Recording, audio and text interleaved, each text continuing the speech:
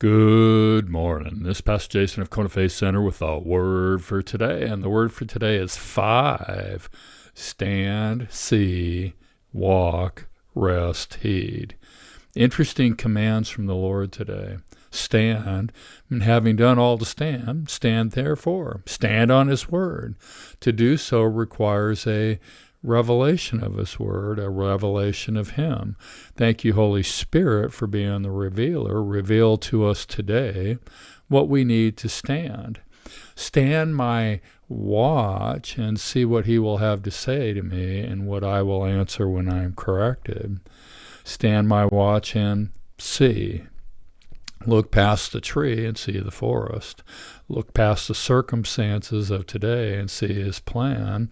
Look and see the Lord working in every part of our lives. Look and see His beauty, His majesty, His glory, His creation. There's a theological idea that God reveals Himself in His creation. Therefore, we need to be familiar with not only the nature of God's character, but the nature of God's creation. We need to see and understand His word. We need to see and understand the order of His creation. We need to see and understand the supernatural law of God. We need to see and understand the natural law of God. Look and see the day. Look and see the eternity. This takes contemplative thinking. This takes study. This takes real Jesus conversations. This takes time standing my watch. See His plan. See His way. Walk in His ways. Walk. There's a simple idea that gets clouded by theology. God will judge us and reward us based on how we walked. What we believe is what we walk out. Well-meaning people have turned the action of walking out our relationship with God into an acknowledgement, into a mental assent. Jesus said, "Follow me." To follow Jesus, we have to walk. The command to walk in His ways is a command to move. It's a command to action.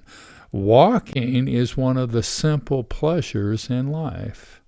Walking with the Lord is one of the most satisfying things one can do. Walking in His ways is an invitation to wonder. It's an invitation to be in awe. It's an invitation to have your attention completely captured by beauty, power, creativity, eternity. Walking with Him, walking in His ways, leads us to rest. Now, rest is not taking a nap. Rest is letting Him lead. It's letting Him decide. It's letting Him make it happen. Now, I'm used to being the driver. When somebody else drives, I rest. I enjoy the scenery. I get lost in contemplation. I see things I've not seen before, therefore I think things that I've not thought before. Now, I still end up at my destination, yet I enjoy not having to be focused on driving. I enjoy being at rest, and from this place of rest, heed. Heed means to pay attention to something, to consider something. In the place of rest, it's easy to pay attention to what the Lord brings across my path. He captures my attention with it. It's easy. In the place of rest, it's easy to consider. Consider means to roll something over and over in my mind, seeing with my mind's eye different perspectives, different aspects, gaining a different perception. To truly respond in obedience without debate, without delay, without resistance, which I believe is the call of God for everyone, one must live the lifestyle of stand, see, walk, rest, heed.